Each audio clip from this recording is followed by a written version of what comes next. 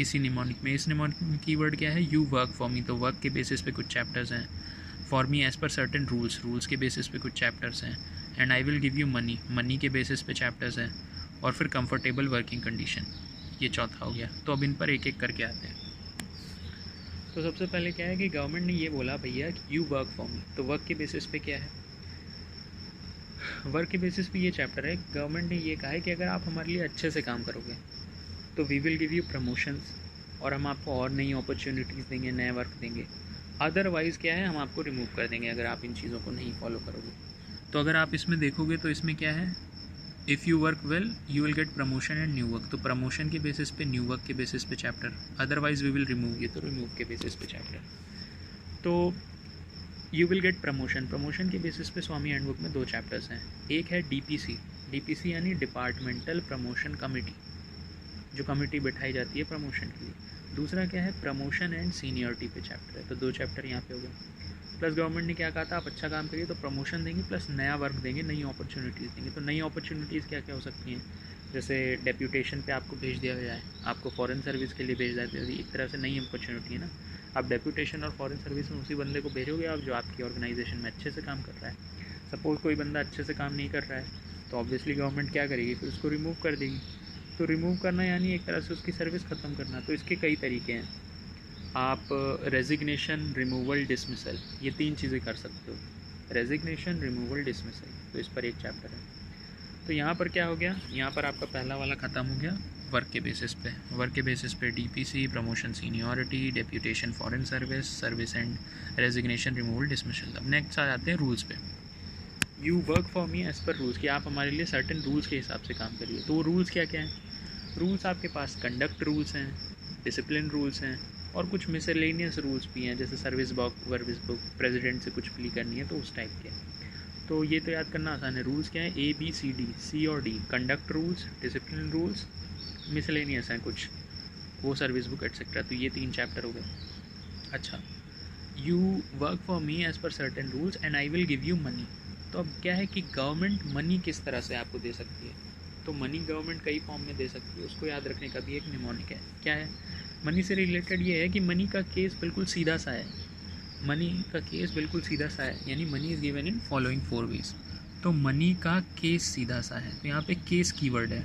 Case में क्या है, CAS, इनसे आपको पता चल जाएंगे कि किन फॉर्म में आपको मनी मिलते हैं। C से कंसेशन, A से 2 चीज़ें, एडवांस, अलाउंस, S से हो जाएगा सैलरी, E ऐसे ही, ठीक है। तो मनी का केस सीधा सा है, सीधा सा। तो केस से आपको याद हो जाए, it is given in following 4 ways. तो केस से पता चल जाएगा वो 4 तरीके कौन है। पहला तरीका क्या है, कंसेशन का। कंसेशन ये है कि देखिए गवर्नमेंट भी ये जानती है कि भाई पूरे देश को मैनेज करना है, तो हो सकता है वो आपको कभी कभी किसी डिफ़िकल्ट पोजीशन पे प्लेस कर दे, जो कि आपको लगे कि थोड़ा सा हॉस्टाइल एनवायरनमेंट हो रहा है। तो गवर्नमेंट अगर जानबूझ के ऐसा करेगी आपके साथ, तो आपको कुछ कंसेशन देगी। तो इसके बेसिस पे चैप्टर क्या है, जैसे आपको मानो नॉर्थ ईस्ट पे पोस्ट कर दिया गया उन्होंने, तो कंसेशन आपको प्रोवाइड करती है गवर्नमेंट उसके लिए, ठीक है। इस पर एक चैप्टर है, कंसेशन ऑफ इफ़ पोस्टिंग जो है नॉर्थ ईस्ट में हो गई। नेक्स्ट है ए से क्या हो गया, एडवांस और अलाउंस, ये दोनों अलग चीज़ हैं। एडवांस जैसे गवर्नमेंट एम्प्लॉयज़ को एडवांस चाहिए घर बनवाने के लिए, तो वो आपको मिल जाएगा। कंप्यूटर ख़रीदने के लिए आपको एडवांस चाहिए, वो भी मिल जाएगा। अगला ए से क्या है, अलाउंस। अलाउंस क्या है कि एक सर्टेन अमाउंट ऑफ मनी जो कि आपको रेगुलरली दिया जाता है किसी एक पर्टिकुलर चीज़ के खर्चे के लिए, ठीक है। सैलरी तो आपको छूट मिलती है ना कि आपको इतने पैसे दिए, जैसे खर्च करना है करो। लेकिन जो आपके एडवांस हैं, अलाउंस हैं, इन सबको किसी पर्टिकुलर चीज़ के लिए दिया जाता है। जैसे कंसेशन मैंने आपको बताया कि गवर्नमेंट ने अगर आपको नॉर्थ ईस्ट में पोस्ट कर दिया तो कुछ कंसेशन दे देगी, तो इसके लिए पर्टिकुलर कारण है कि क्यों ये पैसा दिया जा रहा है। सैलरी आपको खुल के, सैलरी की आपको छूट रहती है कि जैसे खर्च करना है करो। तो एडवांस, लेकिन एडवांस वाला पैसा गवर्नमेंट सिर्फ तभी देगी जब आपको घर बनवाना है या फिर कंप्यूटर ख़रीदना है, इस टाइप की चीज़ें।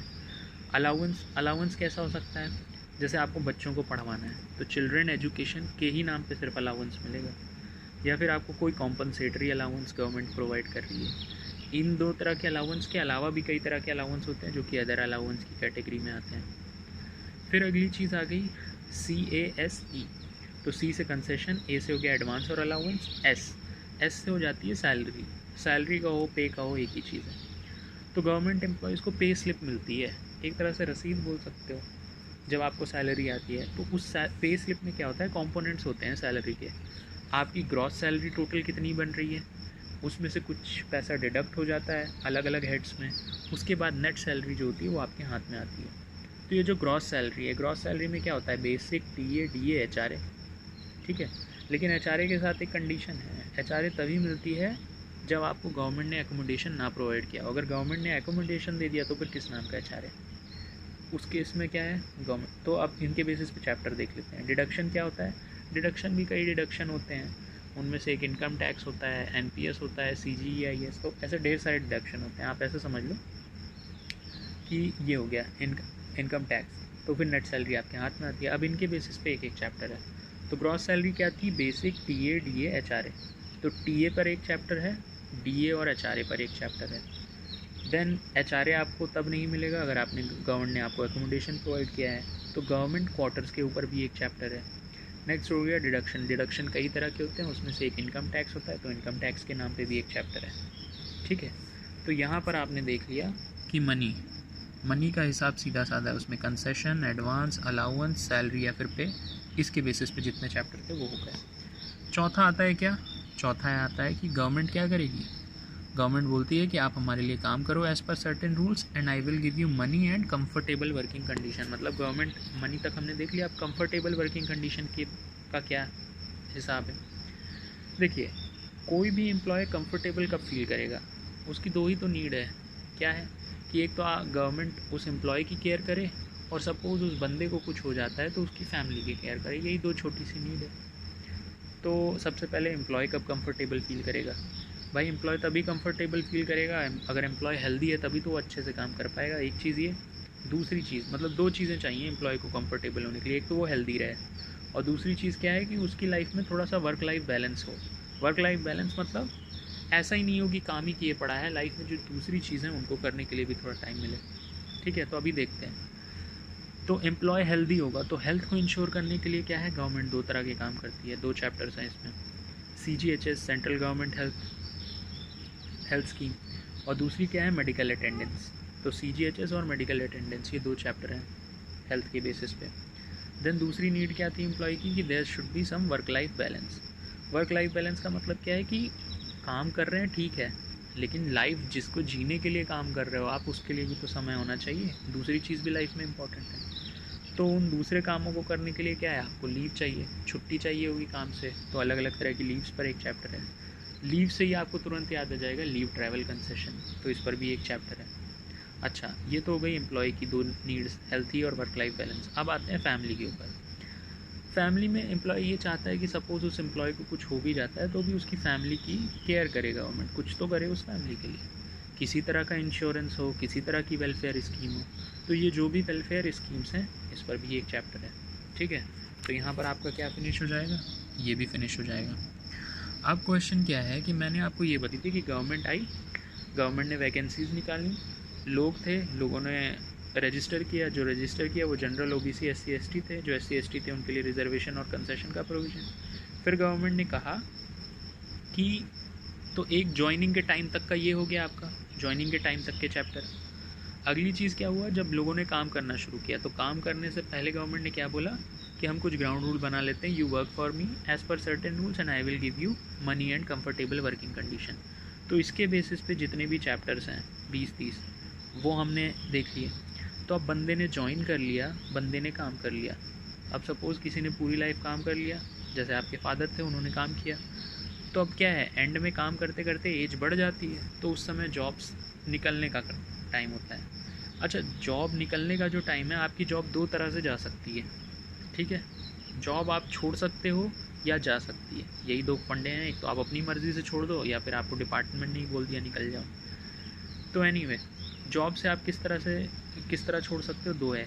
एक तो ये है कि रिटायरमेंट हो जाए, जो प्रॉपर वे होता है कि आप गए, रिटायरमेंट हो गया सुपर एन्यूएशन पे। एक ये है कि सुपर एन्यूएशन नहीं हुआ, उसके अलावा किसी वजह से क्विट कर दी सर्विस आपने, क्विटिंग सर्विस। तो रिटायरमेंट ऑन सुपर एन्यूएशन पे एक चैप्टर है और क्विटिंग सर्विस पे एक चैप्टर है। बट अब अगला चैप्टर किस पे है भाई, ये बात गवर्नमेंट एक्नॉलेज करती है कि आपने पूरी लाइफ दी है गवर्नमेंट को, ठीक है। इसलिए एट द एंड जब आप सर्विस छोड़ के जाते हो तो गवर्नमेंट क्या होती है, कुछ पैसा देती है आपको रिटायरमेंट पे, जिसको हम क्या बोलते हैं, प्रोविडेंट फंड। तो यहाँ पर क्या होगा, इस पर भी एक चैप्टर है।